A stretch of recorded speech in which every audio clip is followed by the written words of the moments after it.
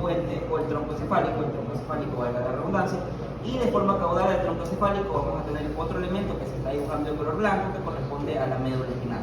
Entonces lo que estamos viendo ahora corresponde al sistema nervioso central, que como ya sabemos consta de un encéfalo, tronco encefálico, médula espinal y cerebelo, que son los temas de este primer parcial.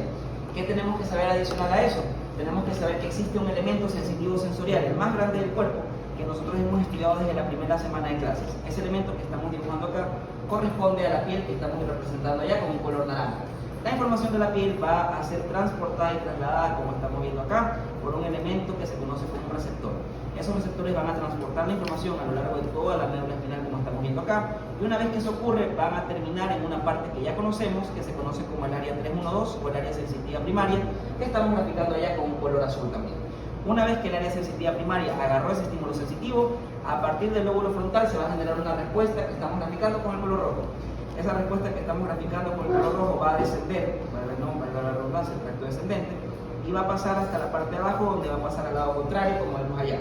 Y una vez que eso ocurre, la información va a viajar nuevamente por la médula hasta que logremos estimular a un elemento que se conoce como el músculo esquelético, un elemento voluntario del movimiento. Entonces, antes de hablar de una respuesta motora, porque el día de hoy nos toca hablar de las respuestas motoras, tenemos que hablar del estímulo sensitivo. Toda respuesta motora, la mayoría de las casos, amiga, pongo el teléfono en el microscopio para que no pase viendo más eso de acá. Entonces, toda respuesta motora que nosotros vayamos a realizar tiene como inicio, como un punto de inicio, ¿sí?, un estímulo sensitivo. En este caso estamos viendo la vía general, un arco reflejo general. Estímulo, receptor del estímulo, centro de integración y una vía aferente, acá. Llegamos a la porción sensitiva, el área 312, del área 312 pasamos al área 4, el área 4 desciende la respuesta motora y eso va a intercruzarse para dar una respuesta a un músculo efector, a un músculo voluntario. Entonces, cuando hablamos de la respuesta motora, todos aquí ya sabemos que el estímulo, o que van a ser un estímulo motor, empieza siempre con una respuesta sensitiva. Entonces tenemos que toda respuesta motora que usted haga va a empezar con una respuesta sensitiva. Si los agarramos un gato, ustedes van a sacar el brazo. Si tienen una llama al frente y ponen la mano encima, van a sacar el brazo como reflejo de huida o escape. Entonces ya sabemos que cuando hablemos de una respuesta motora, que es el tema del día de hoy, tenemos que hablar sí o sí de una respuesta sensitiva, un estímulo sensitivo. Toda respuesta motora tiene como inicio, tiene como punto de inflexión una respuesta sensitiva, un estímulo sensitivo que va a llegar al área 312. Por lo tanto, vamos a mover ese esquema y vamos a dibujar otro esquema en la parte de acá, donde vamos a hacer énfasis al encéfalo, al cerebro que estamos graficando allá. El encéfalo va a tener una cesura central o cesura de Rolando que ustedes ya conocen. Eso nos va a dividir al encéfalo, y por eso me refiero a la cesura central, en dos lóbulos. Un lóbulo parietal, que está siendo representado con el color naranja, y un lóbulo frontal, que está siendo representado con el color verde. Como ustedes ya saben, el principal estímulo sensitivo corresponde a ese elemento que estamos coloreando de color celeste, que se conoce como el área 312 o el área sensitiva primaria. Entonces lo que estamos viendo ahora corresponde al área 312 o al área sensitiva primaria. Entonces eso que estamos viendo en la pantalla se llama área 312 o área sensitiva primaria, que va a ser el lugar donde llegan todas las aferencias sensitivas, hablando de la vía espinotalámica lateral, la espinotalámica anterior, la vía de Golgi-Urdach y el resto de vías sensitivas en las que hemos conversado previamente y en las que usted ha estudiado por su estudio independiente, valga la redundancia. Acá nosotros vamos a tener otro elemento que estamos dibujando de color verde. Ese elemento que estamos graficando allá de color verde se conoce como el área 4 o el área motora primaria. Y aparte del área 4 y el área 312 tenemos a otro elemento que vamos a representar con el color rojo. Este elemento que estamos graficando acá con el color rojo se va a encargar de codificar y de planificar el movimiento que usted va a realizar. Entonces tenemos tres elementos de los cuales todos van a tener una respuesta o van a tener un estímulo inicial para que se pueda ejecutar un movimiento. Por lo tanto, ustedes en su literatura pueden escuchar y van a escuchar que la cantidad de fibras que se originan en la respuesta o que le dan origen a la respuesta motora tiene varios tipos de respuestas. Nosotros decimos, y en la literatura puede estar, que el 20% se origina en el parietal, el 80% en el frontal. Hay otra literatura que te va a decir que el 70% se origina en el frontal y el 30% en el parietal. Yo a ustedes les voy a enseñar como me lo enseñaron a mí. Entonces, para esta cátedra, el 30% se origina en el lóbulo parietal y el 70% se origina en el lóbulo frontal. Entonces, cuando hablemos de los estímulos de la vía motora, yo le voy a preguntar a usted cuáles son los lugares o los elementos donde se origina la vía motora, cuáles son los estímulos de la vía motora. Y los estímulos son el estímulo sensitivo, que corresponde al 30%, y el estímulo motor propiamente, que corresponde al 70%. El estímulo motor se va a poder subdividir en regiones, porque antes de hacer un movimiento, y movimiento no solamente es mover, no solamente es caminar, no solamente es estirar los brazos, movimiento también es hacer una mímica facial, movimiento también es sonreír, movimiento también es hablar, es levantar el tono de voz. Todo eso es una respuesta motora. Por lo tanto, ahora ya sabemos que existen varios tipos de respuestas motoras. Por un lado, ya sabemos que el 30% va a estar encargado a partir del área o la información sensitiva que le llega al área sensitiva primaria. Aparte tenemos al área 6. El área 6 se va a encargar de planificar el movimiento que usted quiere realizar. Entonces el 30% del área 312 va a compartirse con el 30% del área 6. Es decir, nosotros vamos a planificar el movimiento que queremos hacer y antes de hacerlo, el área 6 va a encargarse de decir cómo lo vamos a hacer, para que no perdamos el tono muscular, la postura y el equilibrio, que son los que nos ayudan a estar de pie cuando tenemos estos cambios dinámicos en la musculatura. 30% área 312, 30% área 6 o área premotora. Una vez que el área premotora o el área 6 y el área 312 lanzan sus estímulos, esos estímulos van a activarse. Entonces vamos a ver cómo se activa el área 6 y cómo se activa el área 312. Y una vez que se activan esos dos elementos, van a enviar una señal, como estamos viendo acá, que van a ser desde el área 4, que va a encargarse de darme el 40% del total del estímulo. Entonces nosotros ya sabemos ahora cómo se da una respuesta motora. Entonces cuando les preguntemos a ustedes cuáles son los estímulos necesarios para que sea una respuesta motora, los estímulos necesarios para que sea una respuesta motora son el 30% que nace del lóbulo parietal o del área 312, el 30% del área 6 que se va a encargar de la programación del movimiento para que no tengamos ningún inconveniente al momento de hacerlo, y una vez que el área 6 envía su información y que el área 312 envía su información, se estimula el área 4 que corresponde al 40% restante que le va a dar origen a la vía motora. Entonces nosotros ya sabemos que para tener una respuesta motora necesitamos sí o sí tener un estímulo sensitivo que va a llegar al área 312. Una vez que ese estímulo sensitivo es captado, el estímulo sensitivo va a estimular al área 4 y una vez que el área premotora que va a coordinar el movimiento estimula al área 4, se activa el 40% restante que le va a dar origen al movimiento. Entonces hasta acá estamos claros. Hasta acá todo el mundo sabe que necesitamos coordinar el movimiento gracias al área premotora, necesitamos un estímulo sensitivo gracias al área 312 y necesitamos una respuesta automatizada del área 4. Pero como les dije al inicio, una respuesta motora no solo es moverse, no solamente es mover brazos, mover piernas, no solo es caminar. Una respuesta motora también es la voz, también es la cara, la mímica facial. Por lo tanto, nosotros ahora tenemos que ver qué sucede aquí, que aquí me refiero a esta parte, el área 4, para que el área 4 haga su respuesta motora. Entonces lo que vamos a hacer es agarrar a esa área 4 y la vamos a representar acá para explicar qué sucede en el área 4. Entonces estamos yendo parte por parte para que todo quede claro. Entonces tenemos acá área 4 o el área motora primaria que estamos graficando con un color verde. Cuando hablemos del área 4, cuando hablamos de este estímulo motor, entonces eso que estamos viendo allá corresponde al área 4 o al área motora primaria, entonces eso de ahí lo voy a bajar un poquito más y área 4. Entonces tenemos al área 4. El área 4, ¿qué pasa con el área 4? El área 4 o el área motora primaria se va a dividir en dos porciones de acuerdo a la literatura que ustedes estudien. Una porción superior que vamos a representar ahora con este color rosado, un tercio superior, y tenemos un tercio inferior que lo vamos a graficar con este color naranja. Entonces hay dos tercios o dos porciones del área 4 que se encuentran en el lóbulo frontal que van a encargarse de dar una respuesta motora. Y es así como nosotros vamos a ver que existe un elemento que se llama el homúnculo motor que te va a traducir la información que se va a nacer del área 4, que va a nacer del área 4. Y es así como vemos que a nivel del tercio inferior se va a estimular todo lo que tenga que ver con las cuerdas bucales. Entonces estamos viendo ya graficado de color naranja a las cuerdas bucales y estamos viendo ya a una cara. Todo lo que se origina del tercio inferior va a encargarse de modificar o de regular la acción de todo lo que se encuentra del cuello para arriba. Es decir, del tercio inferior nosotros tenemos movimiento de la mímica facial y movimiento de las cuerdas bucales. Y en el tercio superior nosotros vamos a encontrar la información de los miembros apendiculares, es decir, brazo, antebrazo, brazo, tórax, abdomen, miembro inferior y ya.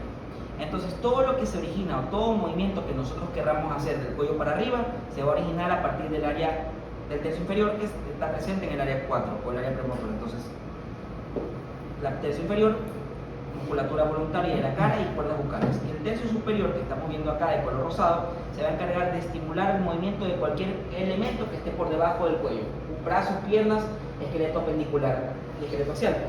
Y es así como nosotros tenemos que hablar ahora de los elementos dinámicos. ¿Dónde está el tercio restante? Te lo divide en dos tercios, un tercio superior, tercio inferior, solamente dos, no hay un tercio medio. Si quieres no hacer un tercio medio, no olvides, entonces es una mitad inferior y una mitad superior. ¿Eso no sería un medio? La literatura te dice tercio, entonces vamos con la literatura. ¿Qué sucede? Nosotros vamos a tener una información motora, y esa información motora, como estamos viendo, va a originarse en la corteza. Todo lo que estamos viendo se origina en la corteza. Tenemos un movimiento de cara, tenemos un movimiento de cuerdas bucales y tenemos el movimiento de las extremidades. Todo esto se origina a nivel de la corteza, una información motora cortical. ¿Qué sucede con esto? Así como tenemos elementos a nivel de la corteza que se van a encargar de estimular a un elemento para que se mueva, van a haber elementos que son subcorticales que se van a encargar de enviar una respuesta motora.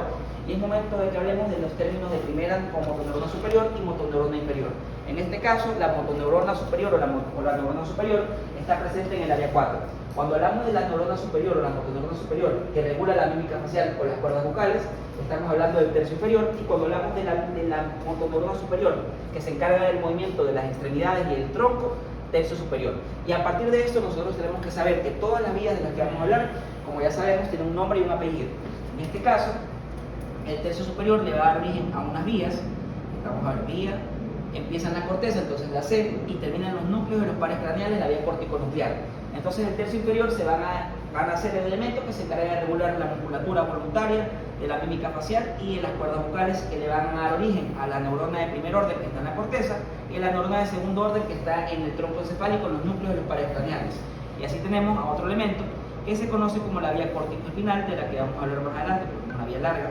Y vamos a tener acá a este elemento que corresponde a una vía que tiene a su primera neurona motora en la corteza y a su segunda neurona motora en la médula espinal. Entonces tenemos tercio inferior, vía corticonuclear o vía corticovulvar o corticopontina, dependiendo de la parte del tronco donde se almacena esa información, y tenemos vía corticoespinal que se encarga del tercio o va a estar relacionada con el tercio superior del área 4 y tiene a su primera neurona o su primera motoneurona en la corteza y a su segunda motoneurona a nivel de la médula espinal. ¿Hasta acá estamos claros? ¿Alguna pregunta? Entonces recordemos, primera neurona superior o motoneurona superior, corteza, motoneurona inferior, núcleo de los pares craneales que se encuentran en el tronco, que lo vamos a ver en la teoría. Primera neurona o motoneurona superior, corteza cerebral, segunda neurona, motoneurona inferior, médula espinal. Ahora ya sabemos que en el área 4 se origina el estímulo motor, ya sabemos cómo tiene que pasar y qué tiene que ocurrir para que se origine esa respuesta motora. Necesitamos nuevamente 30% de la información que se capta por el área 312, 30% de la coordinación del movimiento que va a estar relacionado con el área 6, y una vez que se estimule en el área 6 y el área 312, se va a estimular al área 4 para que el área 4 envíe su respuesta. Y ya sabemos que si tenemos que mover la cara o cualquier parte de las cuerdas vocales, tercio inferior, vía corticonuclear. Y si queremos hacer lo mismo para las extremidades y para todo lo que esté del cuello para abajo, tercio superior, vía corticoespinal. Ahora que ya sabemos cómo se origina el movimiento y qué es necesario para que sea el movimiento, tenemos que hablar de los estímulos que están presentes en el área 4 y qué es lo que está en el área 4 que se va a encargar de hacer este movimiento como tal. ¿Hasta acá tenemos alguna duda o pregunta, inquietud? Vamos a hacer abajo y vamos a graficar abajo a nuestro elemento. Entonces en la parte de abajo vamos a tener acá, antes de hablar de ello, necesitamos representar a unos elementos de los que ya hemos conversado. Acá vamos a tener a un elemento que antes se dibujaba de verde, ahora lo estamos dibujando de azul, eso se llama tálamo, un tálamo lateral, el tálamo propiamente dicho. Lateral del tálamo tenemos un elemento que nos va a ser muy útil el día de hoy, y ese elemento corresponde a la cápsula interna, que estamos graficando de color rojo en la parte derecha, como vemos acá, y lo vamos a graficar también de color rojo en la parte izquierda, como tenemos acá. Entonces hay dos cápsulas internas, una derecha y una izquierda, que estamos graficando en la pantalla. Y con esto nosotros tenemos que saber que todo estímulo motor va a pasar por dos componentes de la cápsula interna de la que ya hemos conversado. Entonces, hoy día que vamos a hablar de las vías corticonucleares y corticoespinal, tenemos que saber que se va a compactar en la parte posterior de la cápsula interna, que ya lo voy a explicar en un segundo. Y también tenemos que recordar que hay un elemento que se encuentra lateral de la cápsula interna, que tiene forma de lente y se conoce como el núcleo lenticular o el núcleo lentiforme. En este caso nosotros tenemos a ese elemento que se llama núcleo lenticular o núcleo lentiforme de un lado, y al núcleo lenticular o núcleo lentiforme del lado de acá. Esos elementos que estamos viendo corresponden al núcleo lenticular, que como ya sabemos tiene dos porciones, una porción medial y una porción lateral. La porción medial nosotros la denominamos globo pálido y la porción lateral la denominamos como putamen. Entonces el núcleo lenticular o lentiforme tiene dos porciones, una porción medial que se llama globo pálido y una porción lateral que se conoce como putamen. Y antes de seguir conversando necesitamos graficar el elemento que se va a encargar de darle origen o darle nacimiento a esta vía que se conoce como la vía corticoespinal o la vía corticonuclear, que son las vías motoras por excelencia. Entonces vamos a tener acá ínsula, tal,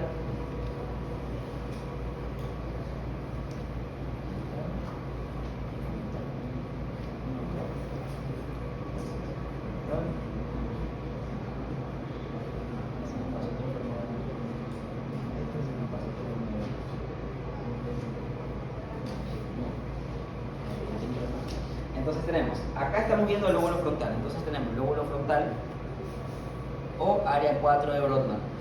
área 4. ¿Qué sucede con la corteza cerebral? La corteza cerebral va a estar dividida en 5 capas, las capas de la corteza que estamos graficando ahora.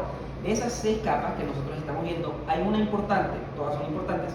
Sin embargo, para el tema del día de hoy, esa capa, la capa número 5, es la que va a encargarse de generar el impulso o la respuesta motora.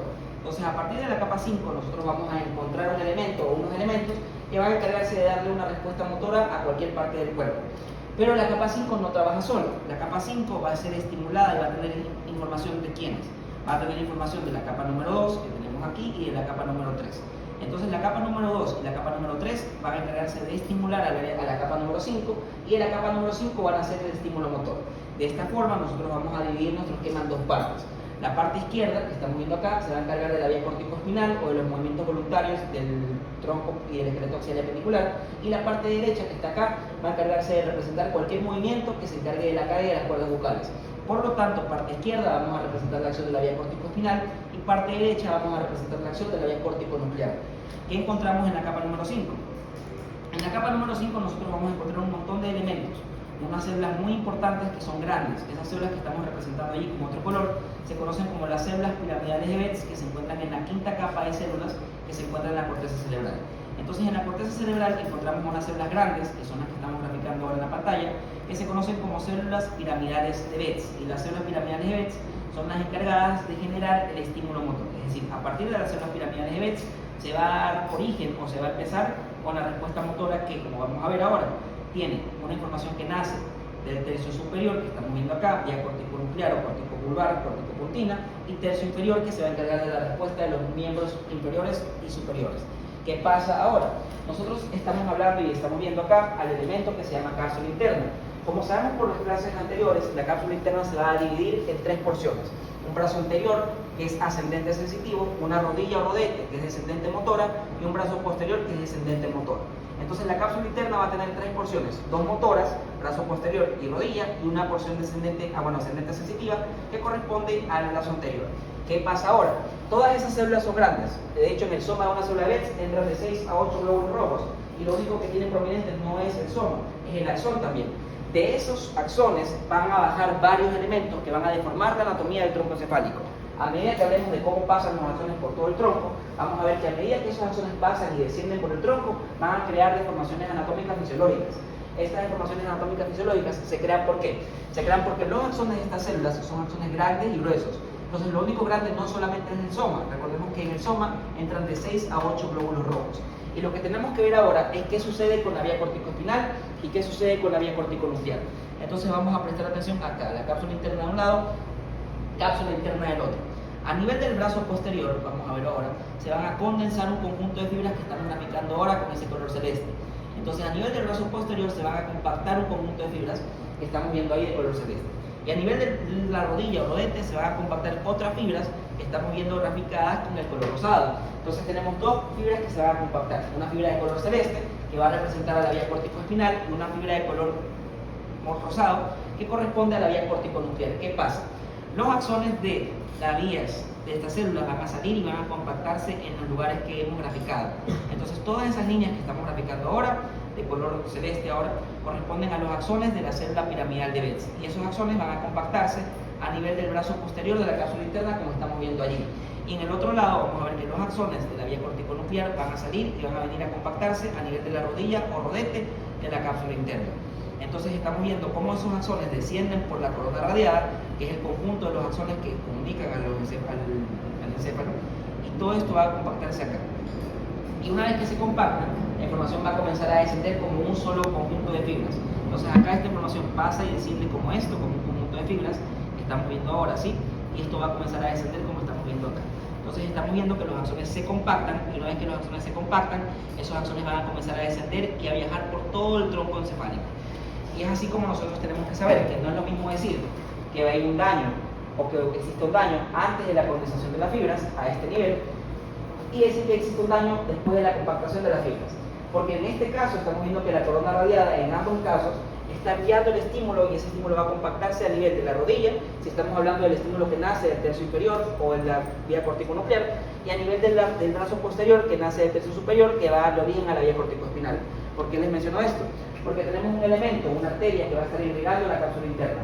Esa arteria que irriga la cápsula interna se conoce como la arteria lentículo estriada. Y la arteria lentículo estriada es una arteria delgada que puede sufrir una oclusión, que no fisiológica, puede llegar a infartarse la cápsula interna. Y una cosa es decir, que la cápsula interna se infarta a esta porción antes de la condensación de las fibras, y otra cosa importante es decir que la cápsula interna se daña después de que se compactaron las fibras. Es así como nosotros vamos a tener que cuando el daño ocurre a nivel de la corona radiada antes de la compactación de las fibras, va a existir una debilidad muscular que va a impedir que el músculo haga el trabajo que tiene que hacer. Entonces, cuando el daño ocurre antes de la compactación de las fibras en la corona radiada, el músculo va a perder la fuerza para ejercer un trabajo, para ejercer una acción. Eso se conoce como hemiparesia.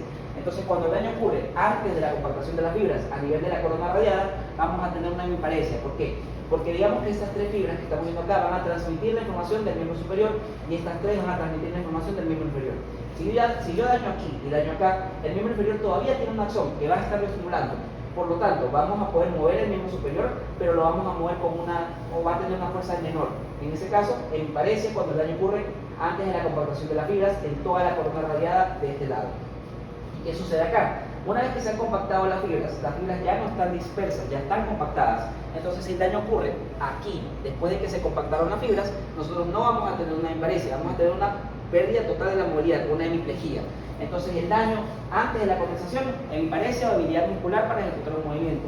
Y el daño después de la compactación de las fibras, hemiplegia o la inhabilidad para mover una extremidad. Lo mismo pasa acá y lo mismo pasa acá. Acá si queremos mover a la cara o queremos mover o levantar la voz, si se pierden estos dos, tenemos a otras acciones que nos van a ayudar a mover la cara o a levantar la voz. Y lo mismo va a pasar acá. Entonces, si se daña antes de la compactación de las fibras, vamos a tener hemiparesia también, y si se daña después de la condensación de las fibras, una hemiplejía. Hasta acá estamos claros. Entonces ya sabemos, existe una arteria que se llama arteria lentículo estriada que va a encargarse de irrigar a la cápsula interna. Y dependiendo del lugar donde ocurra la lesión, podemos decir que hay una hemiparesia o una incapacidad o una debilidad, una disminución en la debilidad muscular, o una hemiplejía cuando ya no se puede mover la extremidad como tal. Ahora que sabemos que el estímulo nace de la quinta capa de las células de Betz, va a recibir estímulos del área de la capa 2 y la capa 3. La capa 2 y la capa 3 envían estímulo de la capa 5, de la capa 5 empieza el estímulo, y recordemos que para que eso ocurra necesitamos dos cosas adicionales. Necesitamos planificar el movimiento gracias al área 6 y necesitamos el estímulo sensitivo del área 312. Hasta acá, ¿alguna pregunta, alguna duda? ¿Todo claro? Dime, amigo. Lo que sería el ovario y ¿Mande? Este elemento de acá se llama núcleo lenticular o lentiforme porque tiene forma de lente. Entonces, el núcleo lenticular o lentiforme se divide en dos porciones: una porción medial que se llama lobo pálido y una porción lateral que se conoce como putamen. ¿Qué pasa con el núcleo lenticular? El núcleo lenticular es un elemento que va a ser considerado o forma parte de los núcleos o ganglios de la base, de los cuales vamos a ver en el segundo parcial. Entonces, ahora ya sabemos que existe un elemento que se conoce como los ganglios de la base o núcleos basales, que tienen un efecto motor también. Van a encargarse de refinar el movimiento para que no haya para que no tiemble la mano, por así decirlo. Entonces, hasta acá, ¿alguna duda o pregunta? ¿Qué tiene que ver la capa 2 y 3 con la 5? La capa 5 es la que tiene a estas células que se llaman células de Betz. Pero como habíamos conversado antes, la célula de Betz no va a iniciar su impulso solo. Primero necesitamos el estímulo del área 312 y necesitamos el estímulo del área 6. Y una vez que el estímulo del área 6 y el área 312 llega a la corteza, se estimula a esta parte de acá, que es la capa número 5. Pero para que la capa número 5 envíe su impulso, necesitamos primero enviar las señales de la capa 2 y de la capa 3.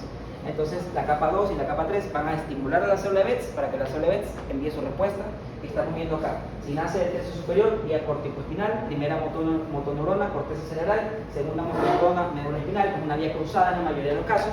Y acá estamos viendo la información del tercio superior, que se conoce como la vía corticonuclear, que es una vía ipsilateral. Entonces, el estímulo que se hace al par craneal no decusa, es una vía directa. Entonces, el estímulo que se le va a hacer a los núcleos de los pares craneales es ipsilateral, no cruzada. Tercio inferior, vía corticonuclear, primera motoneurona, corteza cerebral, segunda motoneurona, núcleos de los pares craneales, vía corticoespinal, tercio superior, primera motoneurona, corteza cerebral, segunda motoneurona, médula espinal en el asta anterior. Hasta acá, ¿alguna duda o pregunta? ¿Todo claro? Vamos a avanzar. Como ya sabemos que esos axones van a bajar y van a descender, a medida que vayan descendiendo van a crear cambios anatómicos en todo el tronco cefálico. Por lo tanto, vamos a tener que graficar a nuestro tronco cefálico y vamos a tener que hablar de él, porque nos toca. Entonces tenemos acá mesencéfalo, este elemento que está acá, que se llama pedúnculo cerebral. Le tenemos al puente que está aquí, el puente protuberancia o pons, Y acá vamos a tener al bulbo raquídeo con médula oblongada, que como ya sabemos tiene un surco medio anterior, un surco preolivar. Entre surco preolivar, que estamos viendo acá, y surco medio anterior, existe la pirámide vulvar, que ya nos está diciendo que por ahí van a pasar los axones de la vía piramidal. Y acá tenemos el surco retroolivar, que en este momento no lo vamos a topar porque no tiene relevancia ahorita. ¿Qué pasa con el mesencéfalo? El mesencéfalo, al igual que todo el tronco encefálico, se va a dividir en tres porciones. Vamos a tener una porción que va a estar aquí abajo, aquí en el centro, medial, anterior. Esa porción anterior que estamos viendo corresponde a una porción descendente motora. Entonces lo que estamos viendo graficando ahora de color rojo corresponde a la porción descendente motora del tronco cefálico, del mesencéfalo en este caso. De ahí vamos a tener a esta porción que está de color azul. Ese elemento que está de color azul se conoce como la calota o el tegmentum. Entonces tenemos una porción ascendente sensitiva. Ya sabemos que por la porción ascendente sensitiva que está de color azul van a ascender las vías espinotalámica, lateral y anterior, espinotectal, como la vía o el tracto o el hemisco espinal, la vía del hemisco lateral y el hemisco medial también. El hemisco lateral lo vamos a conversar la siguiente semana cuando veamos puente, porque ahí es donde nace ese elemento. Y aquí vamos a tener a otra porción que está de color verde, que se conoce como el techo o el tectum del mesencéfalo. Entonces tenemos tres porciones: el tectum o techo, tenemos el tegmentum o la calota,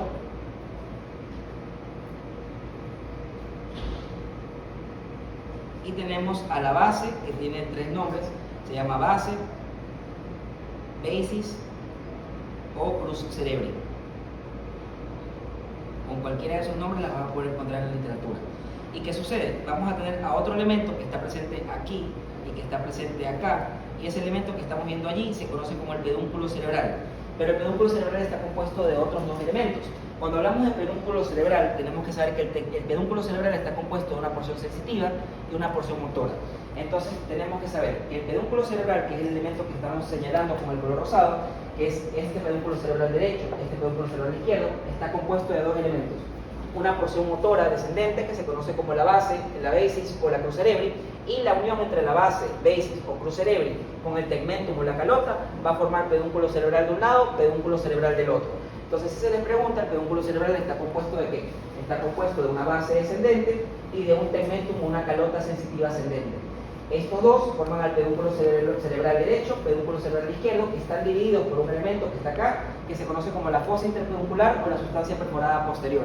Entonces tenemos pedúnculo cerebral de un lado, pedúnculo cerebral del otro, separados por la fosa interpeduncular o la sustancia perforada posterior. Y recordemos que este segmento, que se llama pedúnculo cerebral, está compuesto de la base descendente motora y el tegmentum ascendente sensitivo.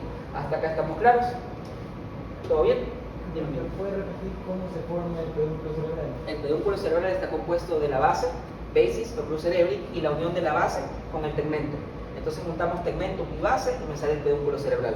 ¿Por qué el tectum no? Porque el tectum es una porción variada. Es decir, en cada parte del tronco cefálico vamos a tener elementos distintos. El tectum aquí en el mesencéfalo corresponde al colículo superior y al colículo inferior.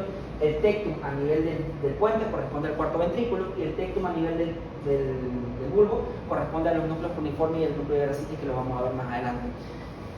¿Hasta acá estamos claros? ¿Qué pasa con esto? ¿Qué pasa con la base? ¿Qué pasa con la base? ¿Qué pasa con la base? ¿Qué pasa con el pedúnculo cerebral? El pedúnculo cerebral va a estar dividido en tres porciones. Esas tres porciones, o bueno, de 3 a 5, dependiendo de la literatura, van a ser una porción interna, una porción media. Entonces porción interna, que estamos viendo acá, porción media, que estamos viendo aquí, y porción externa, que estamos viendo acá. Entonces vamos a tener porción interna, porción media, porción externa, porción interna, porción media, porción externa. ¿Por qué lo dividimos así? Porque por cada uno de ellos van a pasar fibras distintas. Cada uno de ellos se encarga de transportar información diferente, empezando por la que nos importa ahorita, que corresponde a las fibras de color celeste, la vía corticoespinal que estamos viendo allá. Esa vía corticoespinal va a ubicarse o va a almacenarse, va a pasar por el tercio medio, como estamos viendo y graficando acá. Entonces por el tercio medio van a pasar las flechas de color celeste. Esas flechas de color celeste corresponden al estímulo motor que va a mover a los brazos, a las piernas y al tronco del cuerpo. Y también tenemos otras vías. Esa vía que estamos viendo acá con el color rosado va a pasar, vamos a dividirla en dos colores. Vamos a tener a una de color rosado que estamos viendo acá, que va a descender por ese lado, como vemos acá, y vamos a tener otra línea de otro color, como vamos a poner este color azul aquí y acá. ¿Por qué? Porque nosotros tenemos que saber algo. ¿Qué tenemos que saber? Que la corteza va a tener un montón de fibras que van a mandar señales. En este caso vamos a tener acá a nuestro encéfalo, y ese encéfalo va a tener tronco cefálico, puente, y acá cerebelo. ¿Qué sucede? Tenemos varios lóbulos que ustedes ya conocen. Tenemos al lóbulo frontal que está acá, al lóbulo parietal que está aquí, al lóbulo occipital que está acá y al lóbulo temporal que está acá. Todas esas fibras van a ser de la corteza cerebral. Entonces vamos a tener fibras que son del lóbulo frontal, que van a bajar, fibras del lóbulo parietal también, que van a estar acá, fibras del lóbulo occipital, que van a estar acá, fibras del lóbulo temporal, que van a estar acá. Todas esas fibras que nosotros estamos viendo se originan de un mismo lugar, sea la fibra del lóbulo temporal, que estamos viendo, vamos a poner lóbulo temporal, lóbulo occipital, lóbulo parietal, lóbulo frontal. En conjunto, todas esas fibras se llaman fibras córtico-continuas, porque van a nacer de la corteza. Entonces tenemos fibras que se llaman fibras córtico-continuas, y esas fibras que se llaman fibras córtico-continuas pueden ser a su vez frontocontinas, si nacen del frontal, parietocontinas, si nacen del parietal, occipitocontinas, si nacen del occipital, y temporocontinas, si nacen del temporal.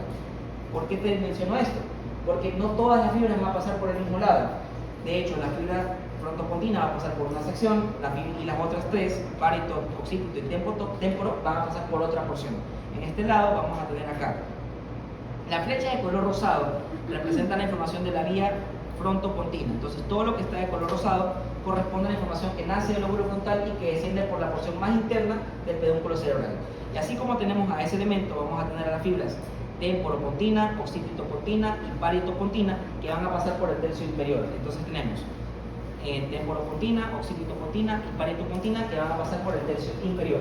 Y es así como se van a organizar las fibras, que van a pasar por el pedúnculo cerebral, que en este caso se divide en una porción ascendente sensitiva, que se conoce como el tegmentum o la calota, y una porción descendente motora, que se conoce como la base o la basis o el crucerebro. Entonces, la base se divide en tres tercios: un tercio interno, tercio medio, tercio externo. Por cada uno de ellos van a pasar fibras distintas. Por el tercio interno va a pasar la información de la vía frontocontina, que va a llegar a estimular a los núcleos de los pares craneales que se encuentran a nivel del puente. Entonces, todo esto, frontocontina, que van a pasar por el tercio medio, que va a estar delimitado por la sustancia perforada posterior o la fosa interpeduncular. Entonces, lateral a la fosa interpeduncular o a la sustancia perforada posterior va a pasar la información de la vía frontocontina. De ahí, en la porción medial, va a pasar la información de la vía córtico-espinal. Y en la porción más externa, que estamos viendo acá de color azul, va a pasar el resto de fibras corticales del resto de la corteza: temporal, parietal, occipital. Entonces, frontocortina, porción interna, córtico-espinal por la porción media, y temporo, occipito y parietocontina por la porción más lateral o más externa. Hasta acá tenemos alguna pregunta. ¿Qué sucede con estos axones cuando descienden? Como les había dicho al principio, cada vez que la vía corticoespinal o que la vía corticonuclear pasa por alguna parte del tronco encefálico, va a provocar deformidades anatómicas fisiológicas. En este caso, la razón por la que tenemos a los pedúnculos que se brotan es porque estos axones son gruesos. Entonces, los axones gruesos bajan de un lado y protruyen, y los axones gruesos del otro lado bajan y protruyen. Entonces, la condensación de las fibras, que son axones gruesos, van a provocar que se protruya hacia adelante el pedúnculo cerebral y que se protruya hacia adelante el pedúnculo cerebral. Entonces, pedúnculo cerebral de un lado, pedúnculo cerebral del otro, dividido por la fosa interpeduncular o sustancia perforada posterior, y se llama pedúnculo cerebral porque está compuesto de una base motora, descendente motora, y un tegmentum o calota ascendente sensitiva.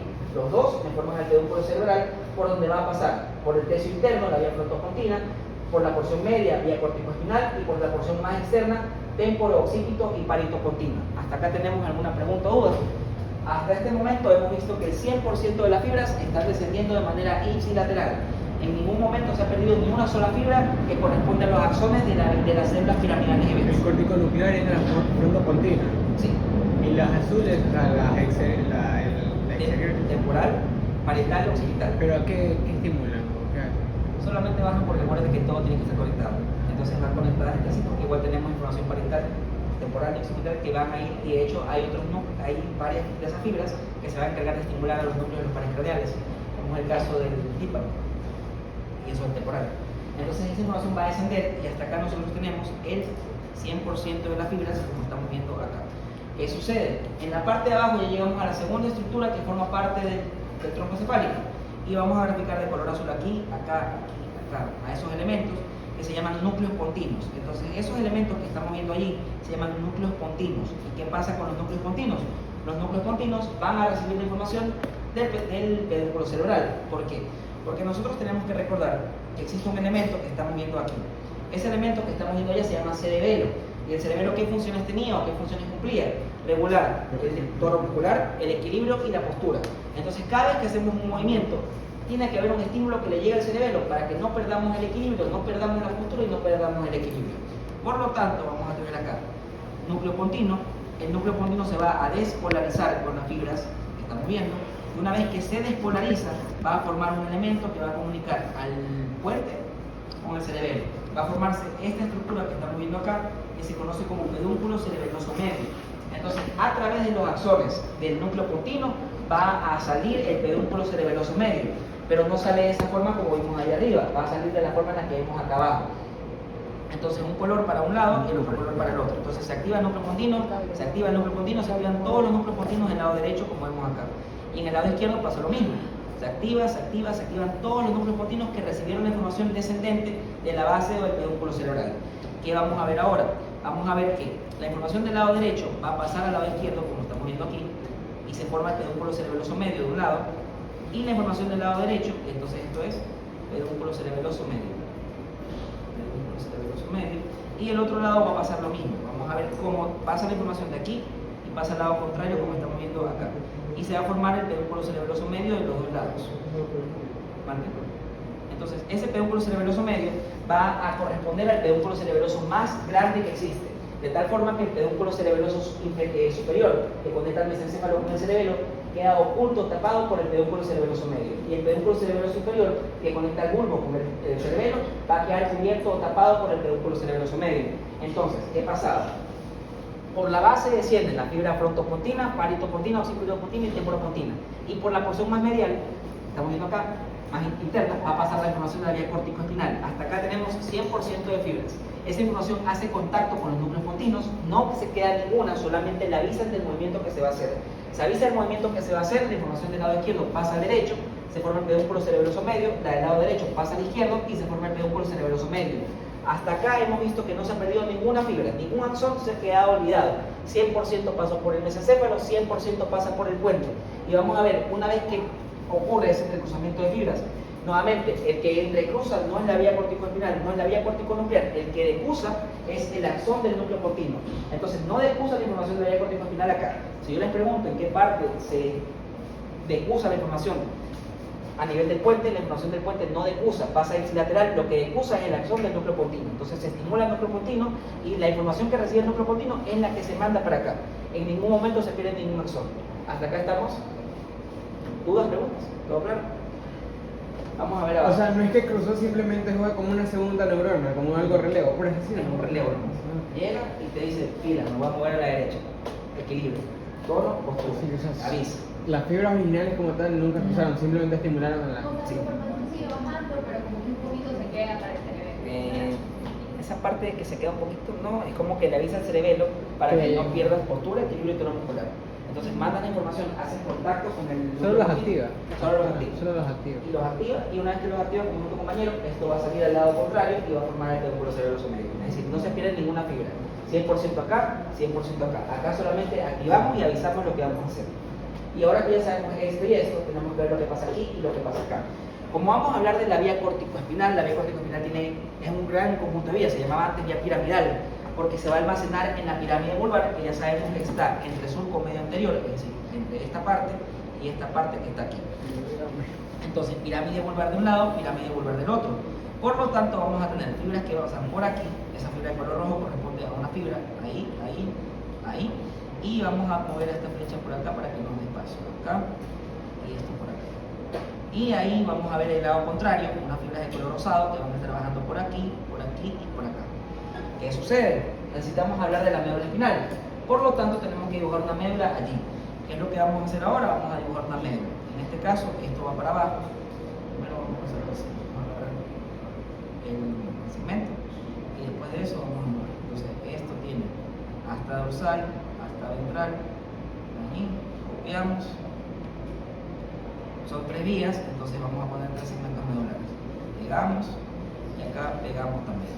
Y esos 3 elementos, que son los segmentos medulares, van a estar encapsulados por lo que nosotros ya conocemos, que se llama médula espinal. Entonces tenemos médula espinal con sus segmentos medulares de un lado, médula espinal con los segmentos medulares del otro, como estamos viendo aquí. Esas tres líneas que son de rojo y rosado, ¿solo Son son las las, pero de todas o sea, solo lo que es el... ok. Todavía falta llenar. Hasta ahora solamente corresponden a las fibras que están descendiendo, pero nos falta agregar otras más. En este caso nos falta agregar dos colores. Una de color azul, que la vamos a poner acá en el centro, allí, acá, y otra de color verde, que la vamos a poner lateral a las fibras de color rosado y de color rojo. Entonces tenemos dos vías. Una acá de color verde, otra acá de color verde, una de color azul y una de color rojo y rosado. ¿Qué pasa con eso? Por debajo del surco medio anterior que está acá, la información del lado derecho va a pasar al lado izquierdo, entonces estas fibras de color rojo pasan para acá, y las de color rosado van a pasar para el lado contrario, es decir, van a decusar. En este momento estamos viendo que se decusan el 90% de las fibras.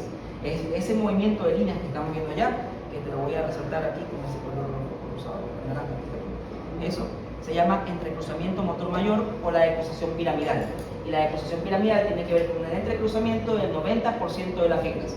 A partir de allí, esa información que estamos viendo acá de rosado va a ubicarse a nivel de la columna lateral, como estamos viendo aquí y acá, y de color rojo, como estamos viendo aquí y acá. Esa vía que estamos viendo que pasa por la columna lateral tiene un nombre y se llama vía corticoespinal lateral. Entonces tenemos vía corticoespinal lateral cruzada, porque cruza. Entonces tenemos a la vía corticoespinal lateral cruzada, que corresponde al 90% de las fibras y se encarga de qué? Del movimiento voluntario del miembro superior y del miembro inferior. Entonces tenemos a la primera vía que forma parte del sistema corticoespinal o el sistema piramidal, que tiene a su primera neurona, la neurona de primer orden en la corteza cerebral y a la neurona de segundo orden en la médula. 90% de las fibras que se decusan y forman el entrecruzamiento motor mayor o la decusación piramidal. El 90% de las fibras que decusan. ¿Qué pasa después? Tenemos otro segmento medular. Estas líneas de color azul van a pasar de forma ipsilateral, como estamos viendo acá, y van a llegar al otro segmento medular, y en el otro segmento medular esa línea de color azul va a pasar al lado contrario, va a decusar en cada segmento medular, como estamos viendo aquí. Esa línea de color azul que estamos viendo allá que decusa se conoce como la vía corticoespinal anterior directa, porque pasa de forma directa y decusa en cada segmento medular. Entonces la vía corticoespinal anterior directa se va a encargar del movimiento voluntario del esqueleto axial. Entonces tenemos vía corticoespinal lateral cruzada, musculatura apendicular, brazos, piernas, y la vía corticoespinal anterior cruzada, directa, se va a encargar del movimiento de la musculatura axial, músculos intercostales y demás elementos que te llevan a permanecer erguido. Entonces musculatura axial, musculatura apendicular. Hasta acá tenemos alguna pregunta. Ya mismo les repito todo igual. Y la vía corticoespinal anterior cruzada, directa, va a corresponder al 8% de las fibras. Entonces tenemos 90% de las fibras que decusó a nivel del entrecruzamiento motor mayor o la decusación piramidal, que va a formar a la vía corticoespinal lateral, el 8% de las fibras que va a descender de forma ipsilateral y va a decusar en cada segmento medular, como vemos acá, vía corticoespinal anterior directa, que corresponde al 8% de las fibras. Pero si nos damos cuenta arriba, hay una línea que nos falta. Esa línea de color verde, que estamos viendo allá, va a encargarse de pasar de forma ipsilateral y nunca va a decusar. Va a pasar por aquí, va a pasar por acá. Esa línea de color verde va a pasar nuevamente por el segmento medular de abajo, por el segmento medular de aquí, y va a pasar nuevamente por el otro segmento medular que estamos viendo acá, y que no me entiendo. Entonces tenemos, esa línea de color verde es una vía corticoespinal lateral. Esa vía que estamos viendo allá de color verde se llama vía corticoespinal lateral directa. Entonces tenemos tres vías corticoespinales: la vía corticoespinal lateral cruzada, la vía corticoespinal anterior directa y la vía corticoespinal lateral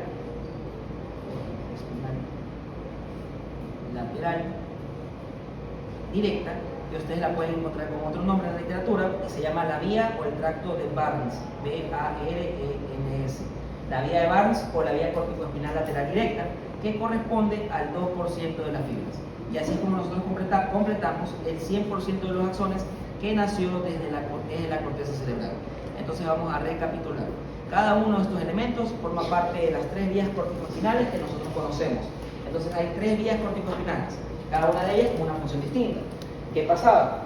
A nivel de la pirámide vulvar se van a condensar los axones y van a formar ese elemento que se llama pirámide vulvar de un lado y pirámide vulvar del otro, como estamos viendo acá.